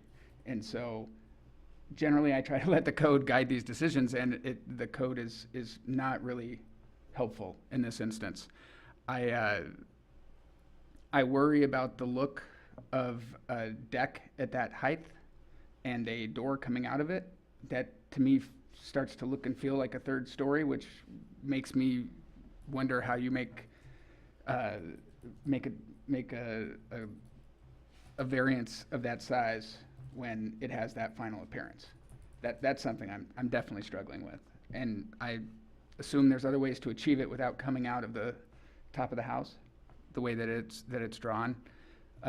But I don't have a clear understanding that canceling that deck or that dormer buys us anything other than stacking of the massing. In other words, if you cancel that front dormer, then you've got the front elevation and then some flat and then the articulation. And we like the articulated look in our houses, and so that certainly fits within precedent decisions that we have. But I don't know that that goes far enough or doesn't. I too am challenged with finding a clear path on this one. I guess, are you in a position where you could make a recommendation? Well, I mean, I guess the challenge that we have is trying to provide good direction to the homeowner, the applicant, the original applicant, because I think it sounds like, you know, we have consensus that we think the overall look and feel, that the sort of style of the project is good, but it seems big and intrusive, especially given its narrow lot size. And how you fix that, I don't really have a good answer for. So I mean, saying lose the dormer, again, I don't know if that solves the problem or if it creates new problems. So I don't know if the right thing to do is to remand it to, or continue it so that they can work out solutions, or if maybe some of us have better guidance. But that's about as much as I've got at this point. Yeah, I mean, I think I agree that we have consensus that it feels large. I am certainly cognizant of the fact that they have spent a large amount of time, and I suspect dollars, working to get this even down to where it is now. Yep. And I don't want to create huge hurdles for people to build houses in this town. I want them to fit in with the plan of the town, but I'm having a hard time coming up with specific suggestions. Right, and I think that's a really good point. We don't want to just create hurdles for the sake of hurdles to delay for the sake of delay, right? We want a project to get built, because if the people want to improve their property and expand their house, that's great. And I think that's a good thing for the neighborhood. So I'm not sure what the most expeditious route to get to a design that everyone can live with is just now. But I do agree with you that we need to try to figure out a way to get there. But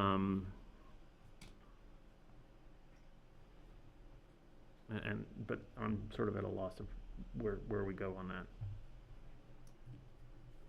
Commissioner Dallas, you have any other thoughts?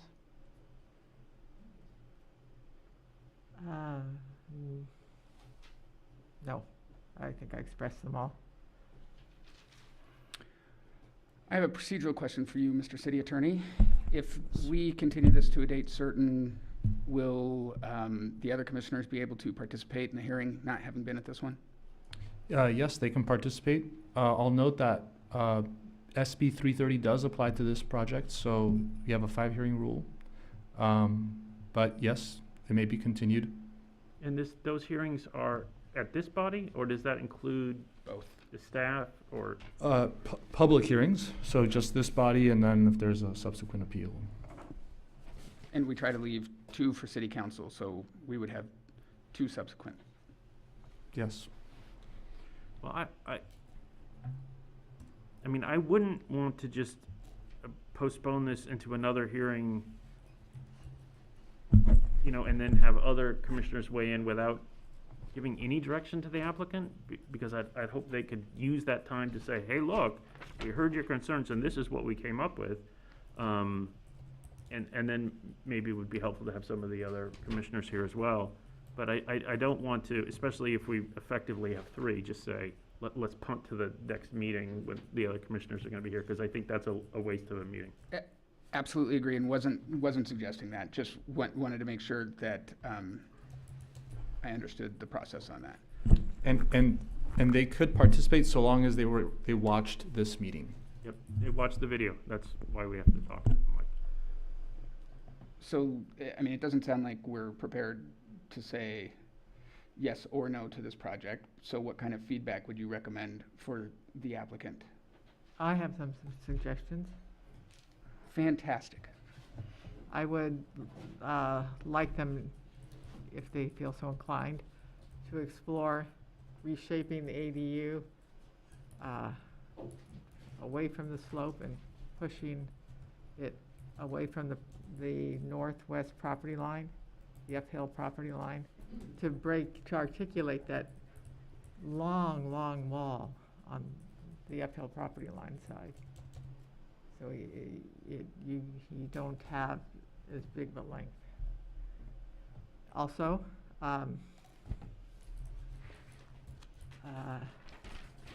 explore using the roof of the front house, the one-story roof, to contain the roof deck. It seems to, on the north or west side, the uphill property line side, the railing is taller there because the roof has dropped.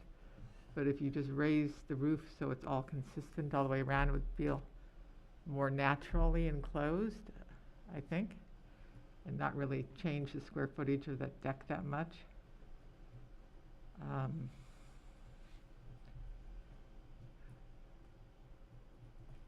Possibly explore using that front window in the front gable of the addition as a door. That seems much more natural. Because I think if, even from the street, if you can catch a side view of that dormer, it's going to seem weird to have a door opening in it.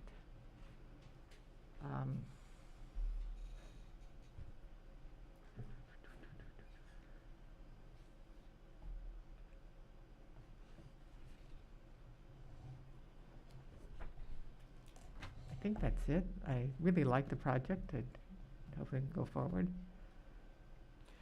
I think my preference would be to lose the rooftop deck altogether. To me, I don't think that's a deal killer, but it seems to cause a lot of problems in how you design around it, and it has issues with privacy of the neighbors. If you do redesign to keep it, I would like to see some elements that show how it's going to interact with the neighbors' houses and the neighbors' backyards, so you can demonstrate, look, this is just looking at their garage, no one's going to worry, right? As opposed to, this is looking down into their backyard or into their bedroom or something like that. I also think that the areas with double volume and a lot that are open to below, consider losing those elements, because they're really adding bulk and mass to your property that I don't think is helping you all that much, but it is imposing on the neighbors. And for your thoughts on the dormer, I defer to you on those kind of things. But it does seem like if you had, that second story and just sort of shrunk it by half, mostly what you're losing is double story volume and access, which isn't really all that helpful to your program anyhow. Yeah, I think any change to the program that can reduce the bulk and massing should be explored. Just perfectly clear, I think the height is the biggest thing we have a challenge with. And if there's a way to reduce the height, a few feet is fantastic. I know that sounds horrific if you've worked on this for 2 years, and I understand that I'm asking the impossible from somebody who's not an architect, but I'm just giving the guidance that what I heard as a consensus is the height and the bulk and massing are large for the project. Is that the sum of our? Yeah, I think so. So I guess the question is if we would like to continue this, or I guess we should, if this weren't an appeal, what we would do is we'd ask the applicant, do you want us to give a thumbs up or thumbs down, given where you, Right. sounds like we're going, or would you like us to continue, and if we continue, to a date certain or to a date uncertain? But this is an appeal, so I'm not sure how we do that. So if they redesign the project, I think it goes back to staff, and staff would have to issue a new approval, and the process would begin again. So essentially, if the applicant is willing to consider your design changes, then they would withdraw their project, and they would submit a new project with new design. Do they have to pay again? That's a staff level decision. I mean, it doesn't seem equitable to me that they would have to pay again, because we're particularly not denying the project and saying, we hate this thing no matter what, you gotta stop. It's just that, again, this, in the old days, when this used to come to us, we'd say, hey, look, we like it, it's good, there's just a couple of little tweaks we want. So, Yeah, and staff wouldn't require repayment of the application fee. okay, that's good to hear. So then, what we would do is vote to remand it to staff? You could, I think it might be prudent now to just ask the applicant if they're willing to make that amendment and withdraw their application, and see if they want to explore alternative options perhaps. Okay. Okay, so that we're all clear, the options for them are to have us vote on the appeal, up or Correct, down, correct. or withdraw their application so that they can resubmit. Correct. And in the event that they don't like the decision of the appeal, our vote of the appeal, then they could appeal that to city council. I believe that's correct. I'll have to check the code, but I believe that's correct. That's correct. You could also continue this project and it can come back to the planning commission. Right. You could also continue this project to a future planning commission date. And then they could To a date certain. provide revised drawings to us and we could approve? No, there wouldn't be revised drawings at that point. It would be if you wanted to postpone a final decision on this project. Okay, so- That seems to me just, Well, but that, they could want to. yeah, fine, if you want to do that, but that seems like a hurdle that's getting nobody any good, so. Absolutely. So then, it sounds like, let me just recap this one more time to make sure I have this accurate. We can vote on the appeal tonight, Mm-hmm. or we can continue it to a later meeting, Correct. or the applicant can elect to withdraw the project and resubmit with the understanding that there would be some changes made. And no additional fees charged for resubmit. Correct. And the same process would begin again. The appeal period would begin, and everyone would have an opportunity to anyone would have an opportunity to appeal the project again if they so chose. Okay. So, would the applicant like to speak to these options? Sure, I'll be happy to speak to them. Okay, we need you up here so we can hear you, thank you. And if you would just tell us who you are, thanks. I'm Dr. DiSepolo. I own the home at 346, and we've been in a 2-year process with the city, and we've worked hand in hand with the city, the planning commission, and obviously the city planners, and we brought it to you based on the appeal. The options that are in front of us seem a little treacherous. If we withdraw our application and make the changes that you're proposing, which we are open to on some level, we feel that it will be automatically opposed by the neighbors who have spoken tonight. And we'll be back in the same place we are, no matter what changes we make.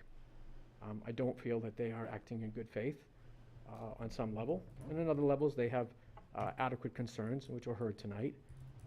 And I think we're all hearing them fairly. But I do believe that if we take your option of withdrawing our 2-year project and starting again, we'll be back in the same place that we are today. And this will be appealed again, and appealed again, and appealed again. And about 5 years from now, we'll be in the same place that we are right now. So what we ask from the city is direction and guidance on how we can bring our project to fruition, something shorter than 2 years from now. And so that's where we appeal to you to help us with some guidance. We are open to helpful suggestions on how we can move forward, and we can sort of find some equanimity here. And we want to respect our neighbors. We certainly don't want to impose on anybody their privacy or the use of their property. And we ask for some direction. The options that are laid out here are a bit of a catch-22. And I think we all recognize that we will be back here doing the same thing we're doing right now. So we ask you- we while ask we, for your while we guidance. can't offer you direction on what you should do with your property, that's a decision you'll certainly have to make. The appeals process will exist no matter what happens. If you just want to move forward and see if the city council has a different opinion than ours, then you would ask us to vote on the appeal tonight. If you want to try the process again, and I believe that you can request it come directly to Planning Commission rather than, well, I would guess that the next time this project came through that it would come to Planning Commission. Not if the application was withdrawn, we'd start all over again. No, I understand, but what I'm saying is rather than it being, The director could forward this to the planning commission if that's what you're, Yeah, I mean, if the director has, I just want to say, at the beginning of the meeting, this was sort of what I was trying to get at when I asked the procedural question. Because I don't want to bounce people all over the place and make hurdles for the point of hurdles. We want to figure out a good project, right?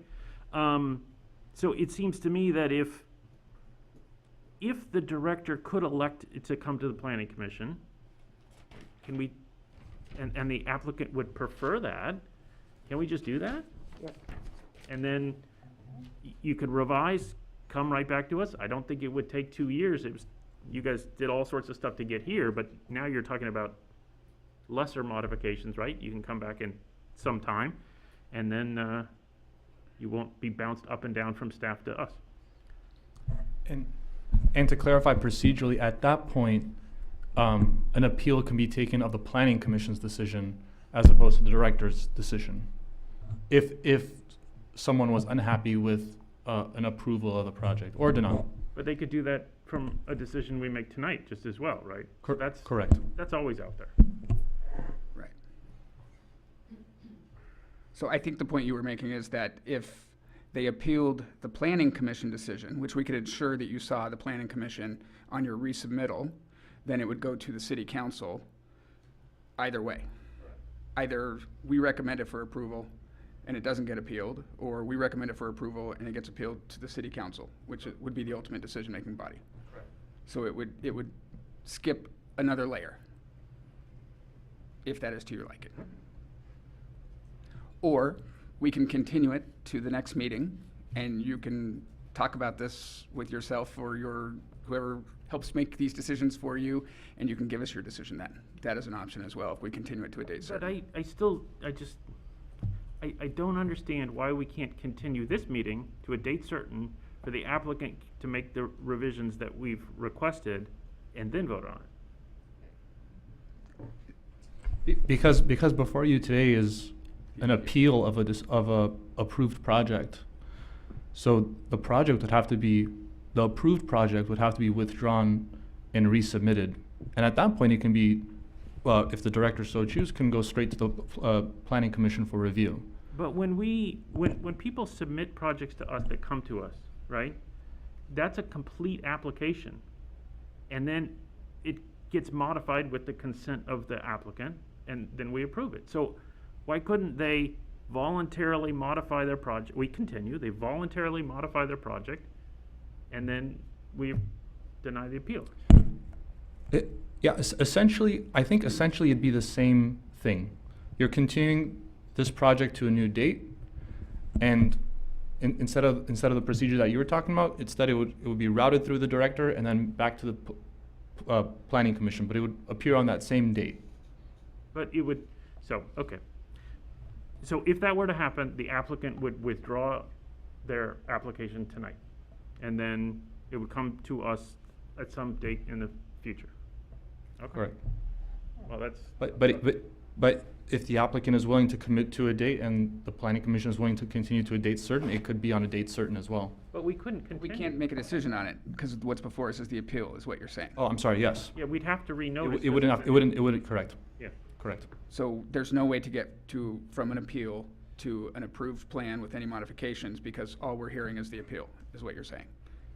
Correct. And although I guess you couldn't continue to a date certain, the director could, when you discuss at a later point in the agenda, upcoming items, at that point, the director could identify an available date where this could come again before the planning commission. Right, but they'd have to renotice, so They would have to renotice. if they don't, if for some reason it takes them a little longer, it'd just go to the next one because they're gonna renotice anyhow.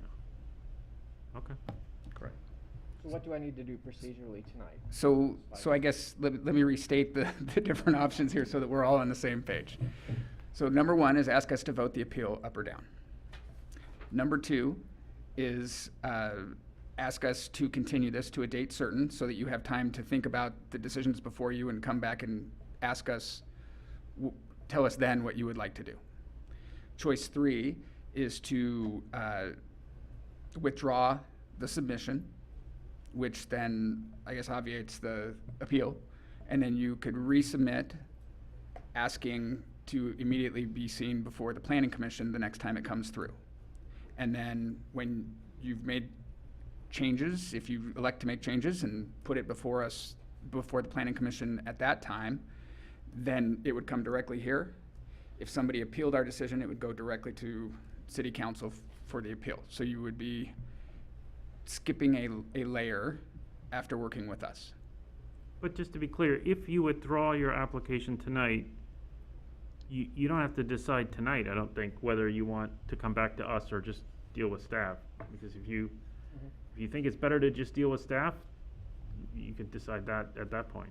Tonight, it's just a question of vote, withdraw, or continue, but I don't really understand continue as a viable option, but I'll leave that to you. But if it goes back to staff, it gets renoticed to the neighborhood again? It's gonna be renoticed no matter what, whether it comes to us or staff. Right, but if it goes back to staff, then it would be appealed to us again instead of being appealed to city council, which is the ultimate decision-making body, Potentially. potentially. But if the applicant did make modifications along the lines that we're saying, you know, I think people who might want to appeal might think otherwise, so, but that's up to them as well. That's also up to them. Okay, can I have one moment to talk to my team? Why don't we take a 5-minute break and deliberate, and we will be back. That's a great idea. Sir.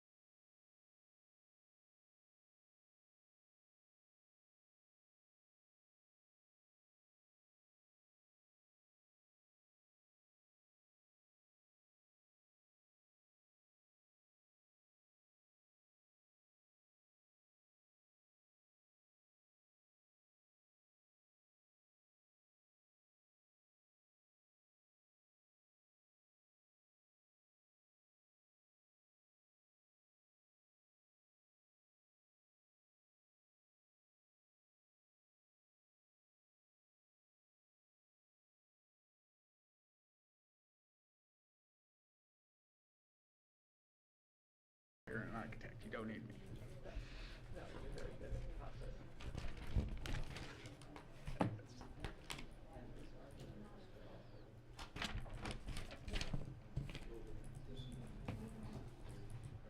All right, we'll go ahead and return to the meeting here, continuing the Planning Commission meeting of June 16th.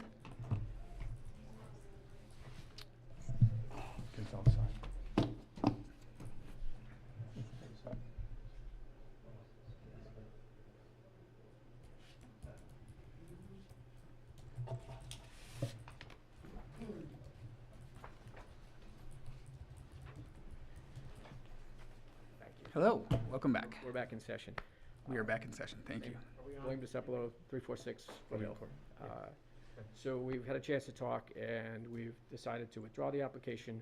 We will hear the planning board's suggestions, and we'll modify the plan that will satisfy the planning board, and as well address our neighbors' concerns, and see if we can come to some understanding and some plan that everybody can live with. Fantastic. Okay. I think that's a great solution here. So that doesn't even take a motion from us, does it? Great. Fantastic. Thank you, everybody.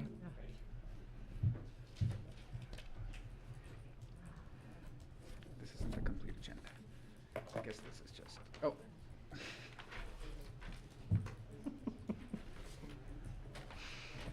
I'm gonna remind you of it. Yeah, I know. I'm just not used to paper.